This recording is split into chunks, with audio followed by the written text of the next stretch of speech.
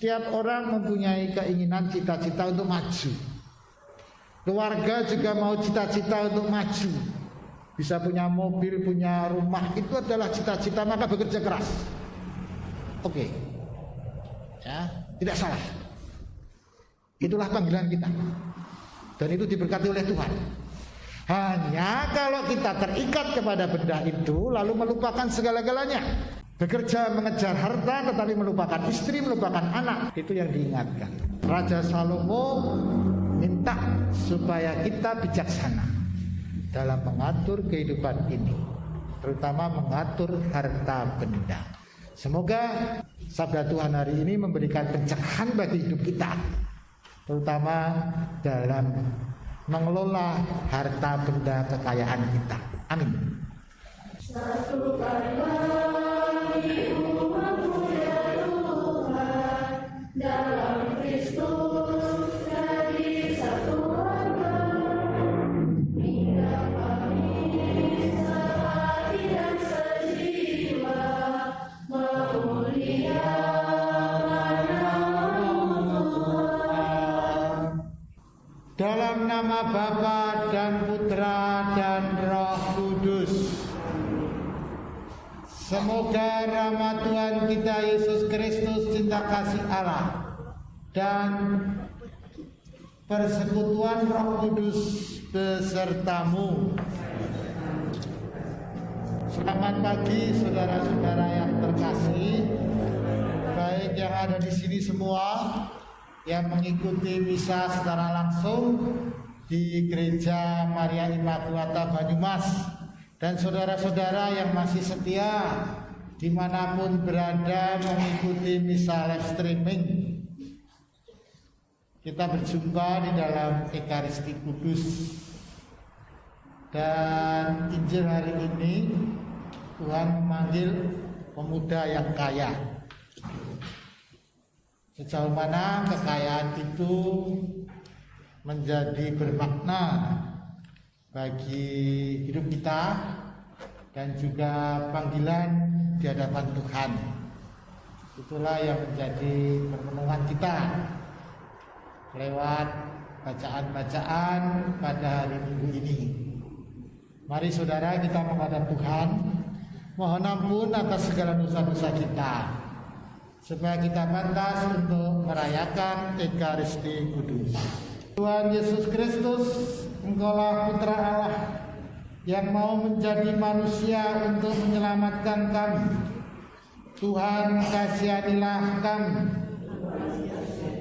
Engkaulah Putra Allah yang memiliki segalanya, tetapi mau menjadi manusia miskin sejak dilahirkan. Sepanjang hidupmu dan pada akhir hidupmu, agar dapat memperkaya kami dengan harta surgawi. Kristus, kasihanilah kami. Engkau telah memperingatkan para murid akan bahaya kekayaan bagi mereka yang mau memasuki surga. Tuhan, kasihanilah kami. Semoga Allah Bapa yang Maha Kuasa mengasihani kita, mengampuni dosa kita, dan mengantar kita ke hidup yang kekal.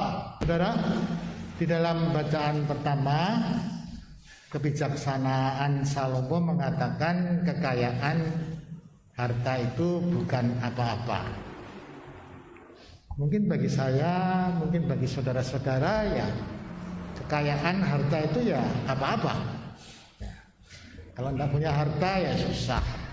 Kebanyakan harta ya bisa juga susah, tapi juga bisa senang.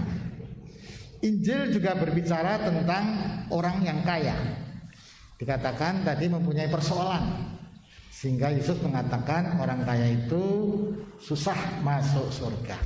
Saudara, kalau saya bertanya apakah di antara saudara-saudara yang ada di sini itu masuk dalam kategori orang kaya? Ada yang mengangkat tangan? Pasti tidak ada. Kalau saya mengatakan bertanya apakah saudara-saudara yang duduk di sini itu masuk dalam kategori orang melarat, orang miskin, orang no sing ngaco. Ya. Baik. Memang berbicara soal kaya dan miskin itu pasti banyak diskusi panjang. Dan hari ini Yesus berbicara mengenai orang kaya. Biasa saya mau cerita, ya. Ada yang namanya paroki basah, ada yang namanya paroki kering. Ada pastor kaya dan ada pastor kere melarat. Oh, ada ya? Cerita pertama. Dengan bangganya pastor Paimin men-sharingkan. Jadi pastor itu bahagia loh. Menikmati segala fasilitas yang berlebihan. Mobil saja ada 3. Bangunan pastoral itu berlantai 4 atau 3, full AC. Kulkas tingkat 4. Ya. HP-nya 3, kerangkring. Terus dimanja oleh umat. Mengapa ya? Karena saya sebagai pastor itu bertugas di paroki basah, alias pastor di paroki yang kaya.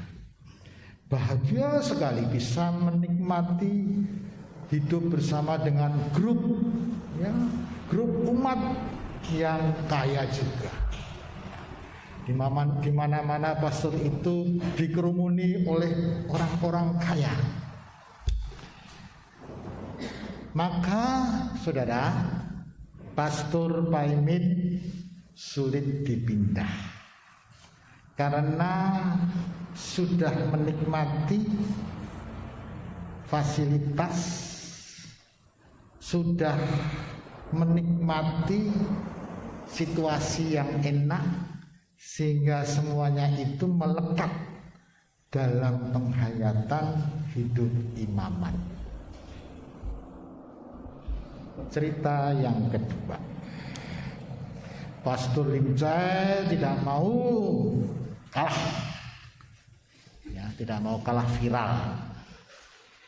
Dia men-sharingkan, selama perjalanan saya sebagai imam, tugas pertama di Majenang tidak ada mobil, pinjam mobil tua dari yayasan. Pindah tugas di Balikpapan, ada mobil carry putih mini, ya, peninggalan pastor tua. Plat mobilnya KT alias kencang tua. Pindah ke paroki Penajam, kosong, tanpa mobil, sepeda motor dipinjami dari umat. Pindah lagi di Balikpapan, ada mobil TAF tua, plat nomor B, artinya bekas pakai.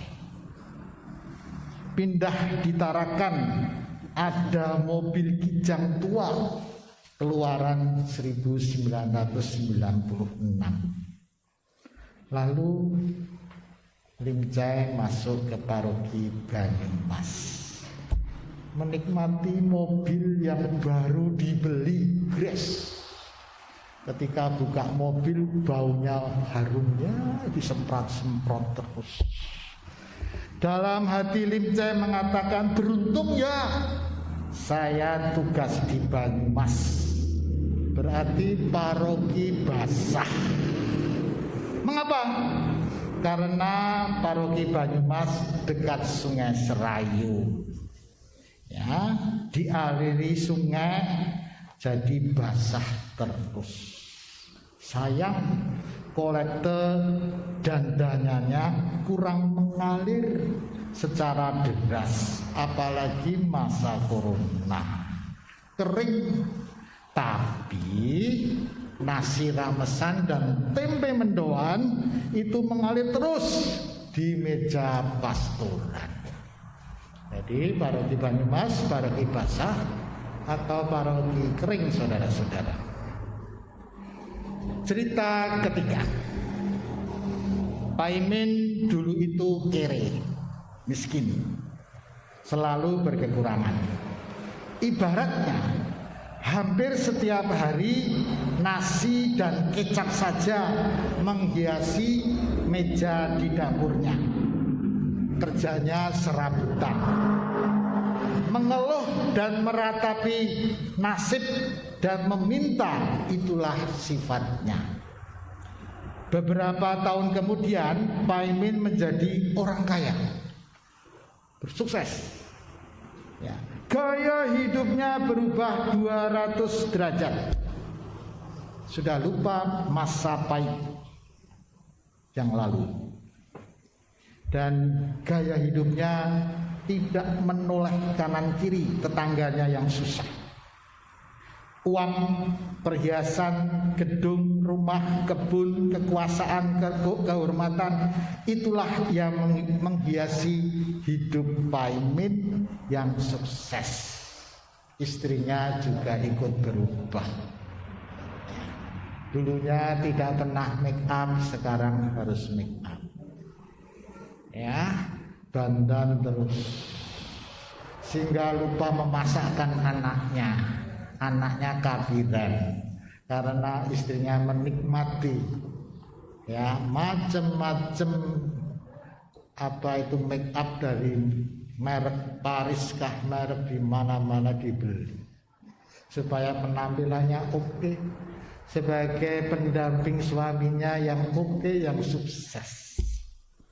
Saudara, kekayaan, harta benda lengket pada hidupnya, susah berbagi kepada orang lain, dan sifatnya yang dulu ramah kemudian menjadi pelit ya, takut kalau hartanya itu berkurang sedikit pun kalau itu dibagi kepada orang lain.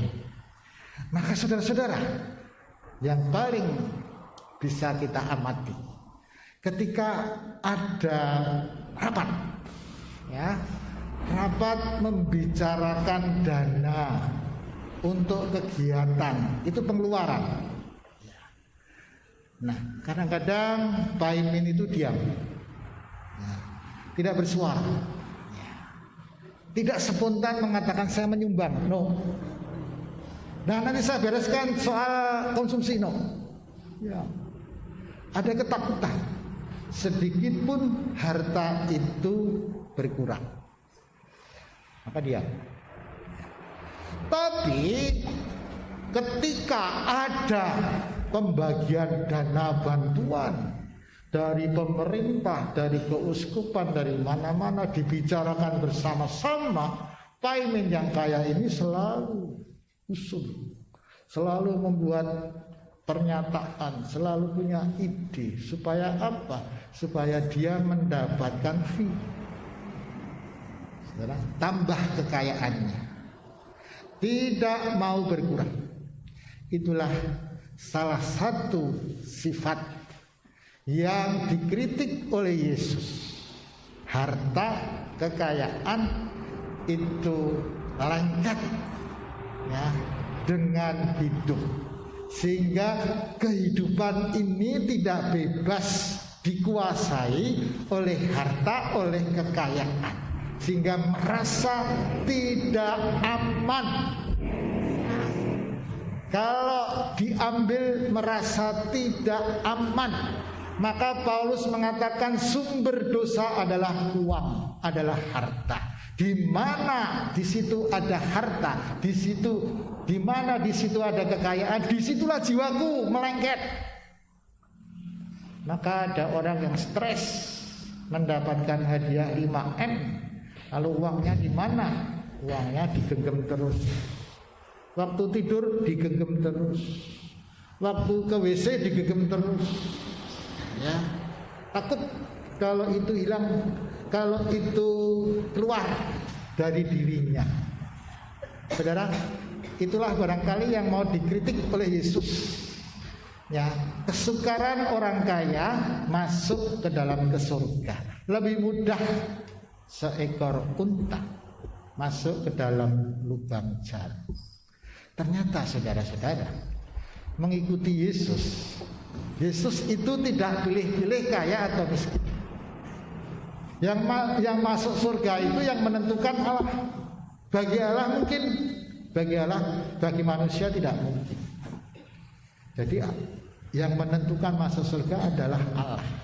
Tetapi ada persyaratan. Untuk menjadi murid Yesus ada persyaratan. Tidak cukup orang kaya itu melaksanakan hukum perintah Allah. Tidak cukup.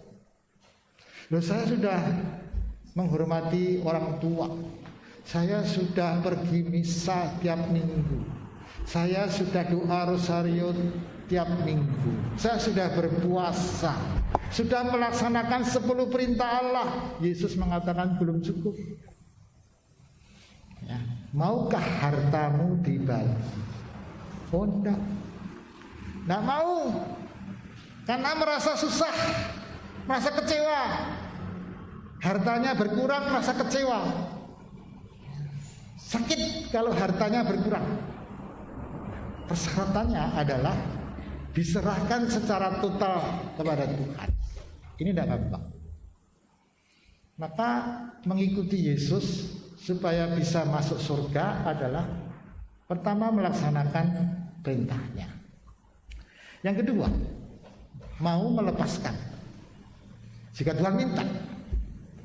Soalnya apa, saudara-saudara? Ketika Raja Alexander Agung dan juga dikatakan oleh Raja Salomo, ya, ketika meninggal dunia, Raja Alexander Agung mengatakan, aku melepaskan tanganku. Yang saya punya ini adalah satu-satunya kehidupan. Kalau Tuhan mau ambil kehidupan ini, ya saya mati. Maka Raja Alexander Agung yang punya harta, punya pangkat, punya kekuasaan, punya istri, punya jabatan, punya belian dan sebagainya, lepas. Raja Alexander mengakui, sadar satu-satunya harta yang paling terakhir adalah kehidupan. Tuhan, kalau mau ambillah kehidupan ini, itulah kematian. Melepaskan segala harta, itulah kematian. Sebagai jalan melewati peristiwa kematian, sebagai jalan menuju ke surga. Saudara, sekali lagi tidak mudah. Ya, kita sering jatuh pada keterikatan memiliki, tidak mudah, ya, tidak mudah melepaskan. Sebagai seorang pastor pun juga tidak mudah melepaskan kalau menempel sesuatu dalam hidup ini.